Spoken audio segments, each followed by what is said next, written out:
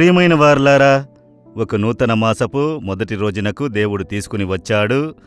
ఇన్ని దినములు దేవుడు ఈ నూతన సంవత్సరపు ప్రారంభం నుండి 4 మాసములు అద్భుతముగా నడిపించారు కదా. 5వ మాసంలోకి వచ్చాము. ఈ మాసము నాకు ఎలా ఉంటుంది, ప్రభువు నాకు ఏ మాట ఉంచినారు అని అనుకుంటున్నారా? మీకొక వాగ్దానము దేవుడు ఉంచారు. ఏం చెప్తున్నారో తెలుసా? లూకా 18వ అధ్యాయము 8వ వచనములో ఆయన వారికి త్వరగా న్యాయము తీర్చును.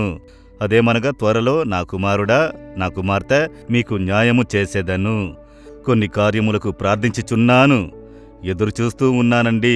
ఇప్పుడు జరుగుతుంది, అప్పుడు జరుగుతుందని అనుకుంటూ ఉన్నాను. రోజులు సాగుతూ ఉన్నాయి, ఏమీ జరగనంటున్నది, నా ప్రార్థనకు జవాబు రానంటున్నది.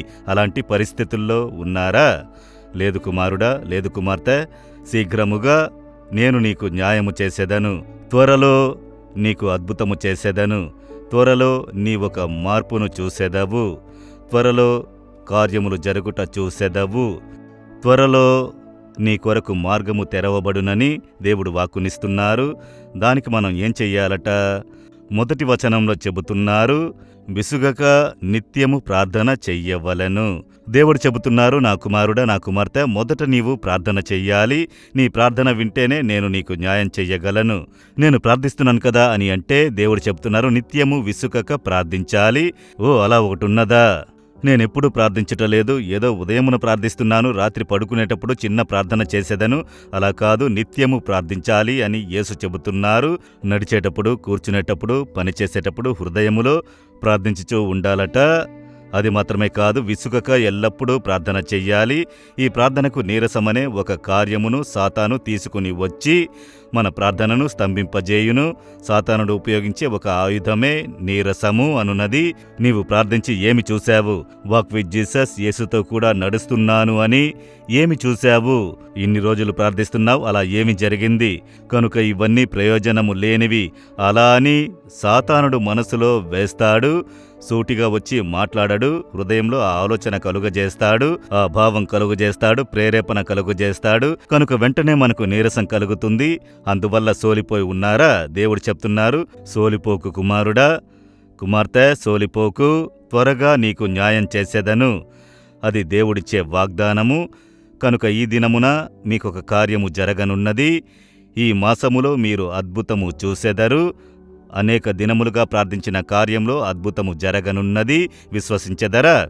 నేను సోలిపోకుండా ఎల్లప్పుడూ ప్రార్థించెదను దేవా. నేను ఆ విశ్వాసంతో పొందుకుందును. నాకు న్యాయం చేయుదురు, అద్భుతము చేయుదురు. విశ్వాస ప్రకటన చేసి ప్రార్థించండి, అద్భుతము చూసెదరు. అలాగే చెప్పండి, దేవా, ఈ మాటల కొరకు స్తోత్రములు. నేనెప్పుడు ప్రార్థించుటకు, సోలిపోకుండా ప్రార్థించుటకు నన్ను సమర్పించుకుంటున్నాను. ప్రార్థనను విడిచిపెట్టను, ప్రార్థించుట నేను మానను. నేను క్రమంగా విసుగక ప్రార్థించెదను. మీరు నాకు త్వరలో న్యాయము చేసెదరు. అద్భుతము జరగబోచున్నది. నేను ప్రార్థించే కార్యములో విడుదల చూసెదను. ఆశ్చర్యములను చూసెదను, అద్భుతములను చూసెదను. త్వరలో నాకు న్యాయము చేసెదరని విశ్వసించుచున్నాను. ఆ అద్భుతమును నేను ఎదురు చూస్తున్నాను.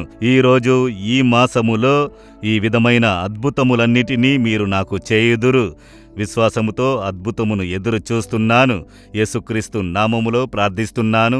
Amen, amen. Jesus redeems Telugu YouTube ఛానల్ను సబ్స్క్రైబ్ చేయండి. సబ్స్క్రైబ్ బటన్ను క్లిక్ చేయండి మరియు బెల్ బటన్ను నొక్కండి. ప్రతిరోజు కార్యక్రమ సమాచారం పొందండి.